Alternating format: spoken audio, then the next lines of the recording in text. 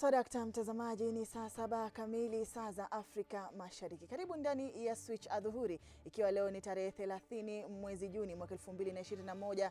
Kesi ya kusikizwa kwa rufaa ya BBI kwenye mahakama ya rufaa imeingia siku ya pili. Nitakuwa na kujuza zaidi hapa ndani ya Switch Adhuhuri. Ni Tehadi ya Mwasiwa na mtafsiri wa taarifa hizi kwa lugha ya alama ni Teresia Washira. Lakini kwanza tupate yaliyo.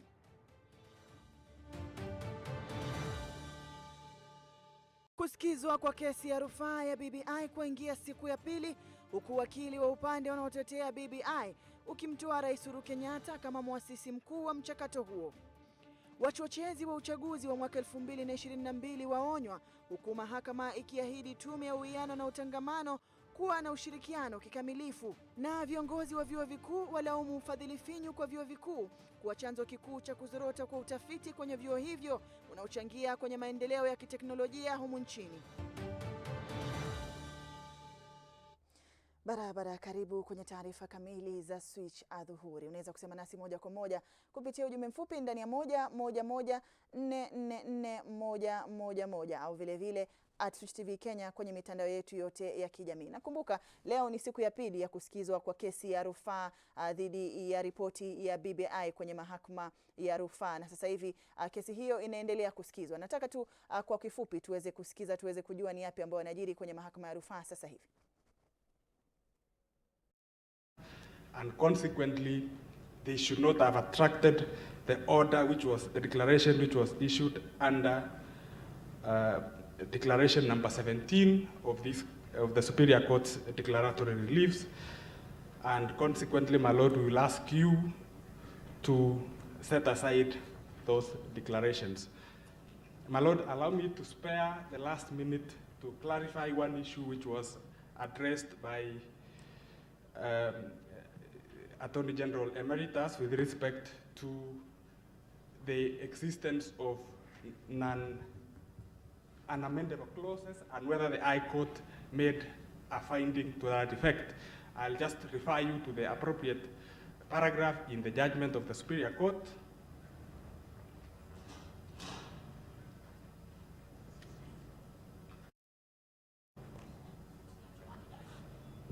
At paragraph 681F, where the court states in no uncertain terms that amendments to Article 89 are unamendable. My Lord, Justice Kiage had posed a question to Attorney General Emeritus whether the Superior Court made such a finding. My Lord, that finding does exist, where the Superior Court stated that amendments to Article 89 are unamendable. That would be all, my Lord. I will donate the last 30 seconds to the court. We ask you...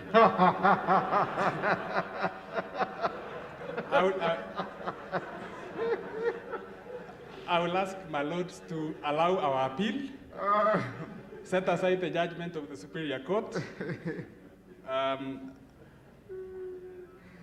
Thank you for your generosity, Counsel. Thank you, my Lord. Thank you. Now, on that happy note of a donation of time to the court, we have, I think, one appellant remaining only.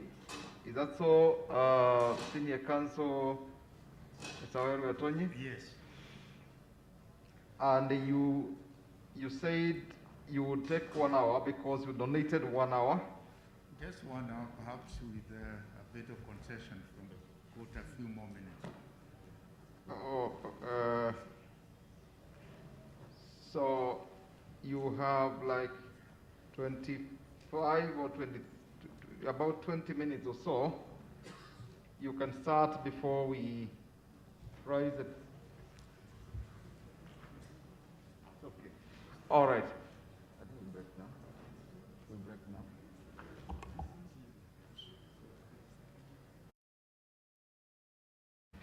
Okay. The view is that we break now because it is about 8 minutes past 1. Yes. And then we need to start promptly at 1 hour after this time that we are joining. In the morning we had an unusual occurrence where council were late for quite some time. I think we need to manage our time appropriately. So we are now going to adjourn at 10 minutes past 1. I suggest we reconvene exactly at 10 minutes past 2. I was going, my lord, to request your lordships to allow us a little bit longer time. This is lunch hour. We come at 2:30. If that is acceptable. The lunch hour, we agreed and we were starting that it will be 1 hour. Yeah. So I respectfully suggest that we still take 1 hour because we have many parties to listen to. So let's come after 1 hour. All right.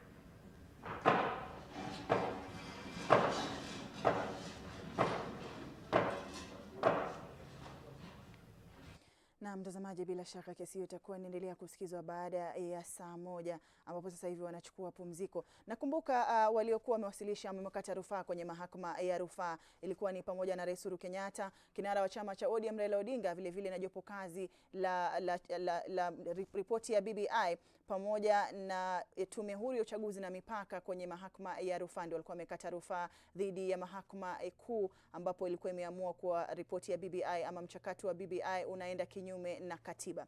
Na mawakili, miongoni mwa wakili ambao wanawasilisha upande unaotetea uhalali wa BBI ni pamoja na James Orengo, Githu Muigai na vile vile mwanasheria mkuu Kihara Kariuki, Paul Mwangi, Otende Amolo pamoja na wengine wale wanaowasilisha upande unaopinga uhalali wa kesi hiyo kwenye mahakama ya rufaa pamoja na John Hamina na Nelson Havi na vile vile Elias Mutuma pamoja na wengine. Tutakuwa tunaendelea kufuatilia kesi hiyo kwa karibu ikiwa imesalia siku 2 pekee kabla kukamilika kwa kusikizwa kwake. Lakini kwa sasa tuzamia hili ambapo wakili Otende Amolo anayetetea uhalali wa BBI kwenye kesi ya rufaa inayoendelea kwenye mahakama hiyo amemtenga Rais Uhuru Kenyatta kama muasisi mkuu wa mchakato wa BBI kama alivyohukumiwa na mahakama ya juu tarehe 14 mwezi Mei na kuwataja Junet Mohamed na Dennis Waweru kama waasisi wa mchakato huo. Haya yanajiri katika mahakama ya rufaa ambako kesi hiyo inaendelea kusikizwa na majaji 7 na imeingia siku ya pili. Caroline Tsuma ana taarifa hiyo kwa kina. Huku kesi ya rufaa iliyowasilishwa mahakamani na kiongozi wa chama cha ODM Raila Odinga, Rais Uhuru Kenyatta, jopo kazi la BBI, tume huru ya uchaguzi na mipaka nchini IEBC na mwanasheria mkuu ikiingia siku ya pili, suala la mchakato wa wengi liliibuka. Otiendo Omolo anayewasilisha jopo kazi la BBI na Raila Odinga akichanganua vipengee vya sheria ya Kenya kwa undani kuwa japo rais ana uwezo wa kusukuma mswada wowote, rais siye muasisi mkuu wa mchakato wa BBI. Who are the promoters? Lord, we wish to submit on this that against all evidence which was not controverted, that the promoters of this initiative was Honorable Dennis Waweru and Honorable Junet Mohamed. The court insists on finding that His Excellency President Uhuru Muigai Kenyatta was the promoter of this initiative against all evidence. Vile vile alisema kuwa licha ya wao kupeleka ushahidi wa namna walijumuika na IEBC na kupata sahihi za Wakenya, mahakama ya juu ilipuuza ushahidi huo. A popular initiative starts at the point in which the promoter, having generated an idea, has reduced that idea into a bill. And once you reduce them into a bill, you must collect 1 million signatures. My Lord, having duly complied and submitted those signatures to the IEBC, that submission was made to the Superior Court, my Lord. but the court ignored it without comment. Kesi ya majaji wamekwisha sikiza ni ile ya upande wa Raila Odinga, jopo la BBI na mwanasheria mkuu. Caroline Tuma, Switch, Adhuhuri. Na tukisalia kwenye kesi ya BBI iliyoko mahakamani, wakili Otiende Amolo anayewakilisha upande wa jopo kazi la BBI na kinara wa chama cha ODM Raila Odinga adua na kukwepa maswali aliyokuwa ameulizwa kuhusiana na usajili wa Wakenya pamoja na utaratibu uliofuatwa na wa kukusanya saini zaidi ya milioni 1 zilizotumika kwenye mchakato wa BBI. Tazama. How do you verify those voters? I mean, supposing someone were to go and pick 1 million names who are on the register and present them, how does IEBC verify that indeed those people are supporting that initiative? How do they do that? Thank you, my lord. My lord, that issue, and I invite you, I thankfully, that analysis is made in the Justice and Legal Affairs report at page 28. My lord, will see from that report that the IEBC stated that it uses what it calls unique identifiers. That in our system right now, you are not just identified by your signature. There are other unique identifiers. And when my lord then consider that report, you will see that the question of signatures was only one of the others. In our situation, my lord, and especially in this context, it is to be noted that there were over 4 million signatures. Not a single person, despite the publication by IEBC, came out to complain that my name was put there erroneously. Counsel, yes, my lord. Please assist me. You see, it's my business to understand this thing. And I want to know, how is that process a verification, other than just having the numbers and perhaps ID numbers which are easy to get from IEBC, from the voters register? How does one verify that those are actually supporters? This thing called unique identifiers, sitting here, I have absolutely no idea what that is. What are those unique identifiers? My lord, for this context, and without going to the theoretical aspect because of time, in this context, the submission by IEBC, which is captured in the JLAC report, is that once the supporters come with a list of names, the IEBC then publishes it to the public, just so that in case it is alleged that a name was included wrongfully and it is not you, then you would complain. That way, it would verify and check that that name is wrongly put there. Counsel, yes, my lord. Parliament may have been quite happy to be told by IEBC, yes, we have unique identifiers and they don't follow it further. But for me sitting here, if you tell me that there are unique identifiers, I need to be satisfied, and that's what I'm asking you. What are those unique identifiers? My lord, my learned friend, Professor Gidu Mugai, says they'll deal with that. Because of my time, I will not go into the detail. Na mtazamaji, ndivyo hali ilivyokuwa kwenye mahakama ya rufaa hapo awali. Na kwa sasa hivi tunachukua pumziko fupi, nitakaporejea nitakuwa na mengi zaidi. Endelea kusalia nasi.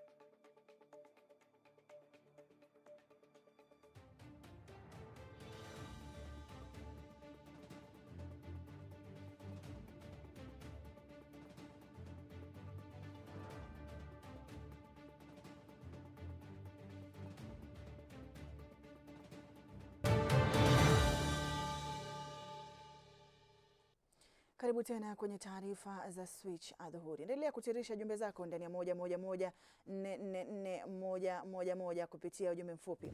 Na katika siku ya pili ya kusikilizwa kwa kesi ya BBI kwenye mahakama ya rufaa, Tume ya Uchaguzi na Mipaka kupitia wakili anayewasilisha tume hiyo, Githu imejitetea kuwa ilikuwa imefikia kiwango kinachohitajika ili kuendesha zoezi la ukaguzi wa saini zilizokusanywa kwenye mchakato wa BBI. Aidha, wakili Githu amesisitiza kuwa tume hiyo ni huru na haipo chini ya mamlaka yoyote nchini, hivyo mamlaka ya kuendesha usahihishaji wa saini ni kusema kuwa mahakama kuu haipo kwenye uwanda wa mamlaka wa kutoa uamuzi kuhusu tume hiyo. Kenya has any jurisdiction to hear any grievance except a legal grievance. That was always the law, and it is the law after 2010. And therefore, to my mind, every dispute coming before the law must be anchored on the Constitution and on the law. Regrettably, a trend has taken root where all political, social, and economic grievances are given a very thin layer of law and taken before the court. Yeyote atakayepatikana na hatia ya kuchochea vita vya kisiasa kwa njia ya matamshi kwenye mitandao ya kijamii au njia yoyote ile atakabiliwa vikali kwa mujibu wa kisheria. Haya ni kulingana na Waziri wa Usalama wa Ndani nchini, Dr. Fred Matiang'i, ambaye amesisitiza kuwa uchaguzi wa mwaka 2022 utakuwa wa makabiliano makali dhidi ya maovu zaidi ya ilivyokuwa mwaka 2017. Robert Ouma ana maelezo zaidi. Is that our responsibility as government is to uphold freedoms, and we will uphold individual freedoms. We will uphold collective freedoms.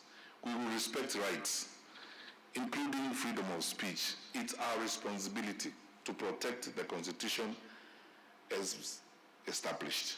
And therefore, my colleagues in the security sector know this. We've had so many conversations with the Inspector General of Police. We had a meeting a week ago with the National Government Administrators. And we have agreed and vowed we are going to play our part in ensuring that Kenyans enjoy the freedoms that have been provided for in our Constitution. They do not need our permission to do that. But at the same time, we will enforce responsibility and accountability dutifully, without fear or favor. In some cases, we will be fairly ruthless when it comes to those who interfere with the freedoms of others or those who engage in activities that are likely to mess up our country. And we will not hesitate, neither will we be intimidated by any pressures or any complaints from anybody. We will protect this country because this is our only home on earth. So, as I've told my colleagues in the communication sector, vernacular radio stations, those of us who have already fallen into the temptation of misusing social media and the internet. Kenya is a mature country. We will come a long way. We're not going to do those things that people do in other places on earth, like turn off the internet or switch off Twitter. Those ones will not happen in Kenya, not in this country. This is a confident government that is governing confidently because we know we have the support of the people. So we are not going to harass people or do those kinds of things that break the law or interfere with the freedoms of the people. And because we are a confident government, we will live and act according to the law. We'll protect freedoms, but at the same time we'll call people to account. So those who break the law, we will ensure that we arrange a good meeting between you and the law, so that as we move forward, we can be a peaceful and stable environment as we go forward. Idara ya mahakama kwa upande wake pia imeweza kutuika tume ya NCIC jukumu la kuweza kuwasilisha ushahidi wa kutosha kabla ya kutaka usaidizi kutoka kwa idara ya mahakama. There shall not be any convictions without cogent evidence. And so please do your work appropriately.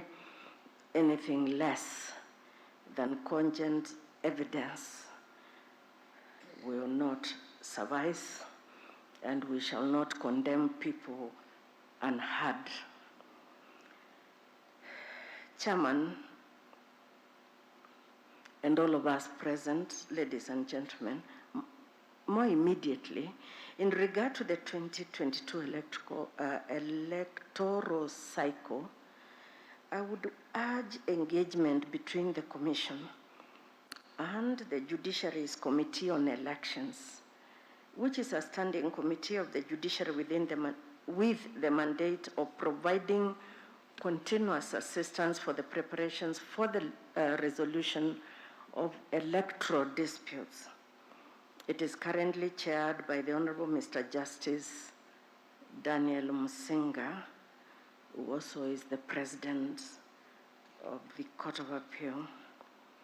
Amongst the responsibilities of that committee is to liaise and cooperate with stakeholders to ensure efficient, effective, and timely resolutions of election-related disputes and offenses, and to advise the Honorable the Chief Justice and the Judiciary on public engagement in this regard. I believe this can be a most constructive avenue through which both institutions can work towards a peaceful and cohesive Kenya during this electoral period. Katika kikao hicho, wananchi wameweza kuhimizwa kuwa katika mstari wa mbele kuhakikisha kwamba taifa lishuhudie tena machafuko ya baada ya uchaguzi kama ilivyokuwa katika chaguzi ambazo zimepita. Jina langu ni Robert Ouma. Asante sana Robert Ouma. Na viongozi wa vyuo vikuu wamelaumu ufadhili finyu kwa vyuo vikuu kuwa chanzo cha kuzorota kwa uwezo wa vyuo hivyo kuchangia kwenye juhudi za maendeleo humu nchini. Profesa John Akama, ambaye ni makamu wa chuo kikuu cha Kesi, pamoja na mwenyekiti wa baraza la chuo kikuu cha Meru, Mary Gitau, wamesema kwamba ufadhili wa utafiti katika vyuo vikuu nchini Kenya umekuwa chini kwa muda mrefu, hivyo kupunguza pato la vyuo na vile uwezo wa taasisi kufaidi jamii. Rachel Ndwati anatueleza zaidi.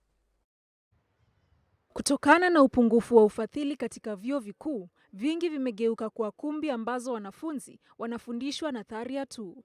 Hivyo basi, vyuo vikuu haviwezi kuwekeza katika utafiti bora na uvumbuzi kusaidia bara kusuluhisha shida zake nyingi za sasa na zinazoibuka. Akizungumza katika mkutano wa walimu wa vyuo vikuu, Profesa George Akama, naibu chansela wa chuo cha Kesi, amedokeza kwamba vyuo vikuu vinapitia changamoto nyingi kutokana na ufadhili usiotosha. The core mandate of university education is research, innovation and publication. But I have got to say that, and I don't want to annoy anybody here, that objective is not well emphasized among us. Pamoja na Profesa Akama, alikuwa Mary Gitau, ambaye ni mwenyekiti wa baraza la chuo kikuu cha Meru, alisifu ubunifu wa wanafunzi wa vyuo vikuu katika uvumbuzi wa teknolojia. I think the gap in what we see is we are not encouraging people to be leaders. We are not encouraging people to do research. And I know they do research, but where does that research go? So is it consumed by the people in the country? Vilevile, Bosire Monari, mwenyekiti wa baraza la chuo kikuu cha Meru, ambaye alikuwa mgeni mkuu, alitoa wito kwa wanafunzi wa vyuo vikuu kutostareheka manake wangefeli maishani. Universities were created to solve societal problems by receiving ideas and translating them into products.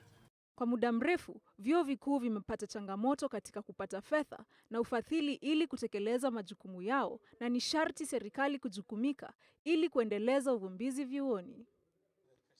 Rachel Ndwati, runinga ya Switch. Wakazi na wafanyikazi wa kaunti ya Kakamega wanatarajiwa kufaidika pakubwa kutokana na mradi wa serikali wa kaunti ya Kakamega kujenga nyumba za bei nafuu. Mradi huu utakaogharimu kaunti hiyo takriban shilingi bilioni 6 unatarajiwa kuwa na nyumba takriban 4,000 ambazo zitajengwa katika maeneo ya Kakamega na manispaa ya Mumias. Katika awamu ya kwanza ya ujenzi huu, kaunti hii inapania kujenga nyumba 3,000 huku nyumba 1,000 zitakazosalia zikijengwa kwa ufadhili wa sekta ya kibinafsi. Ujenzi wa rasilimali hii unatarajiwa kuanza mwezi ujao, na kulingana na gavana wa kaunti hiyo Wycliffe Oparanya utakamilika baada ya miezi 9. Oparanya amesema kuwa nyumba hizi zitakapokamilika zitauziwa kati ya wafanyikazi na wakazi milioni 1 hadi milioni 3 kwenye kaunti hiyo. Doing away with those houses in Amalemba there, Otiente Estate, those houses we will have to pull down.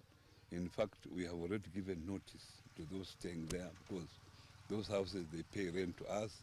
The land belongs to the county government. So we are going to give high-rise houses. But we are going to give those people opportunity also to have actually allocation in the new project. Na mtazamaji, kufikia hapo sina budi kulikunja jamvi la Switch Adhuhuri mchana wa leo. Kwa niaba ya wote waliofanikisha taarifa hizi, nasema shukrani za dhati kwa kutazama hadi tamati. Nimekuwa wako hadi ya Mwasiwa na mwenzangu Teresia Washira akitafsiri taarifa hizi kwa lugha ya alama. Ila kumbuka, mwisho wa Switch Adhuhuri ndio mwanzo wa Diko Viwanjani na Emmanuel Terer, Cedric Koronje na vile vile Mohamed Isaac watakuwa na kujuza yaliyojiri viwanjani. Salia papo hapo.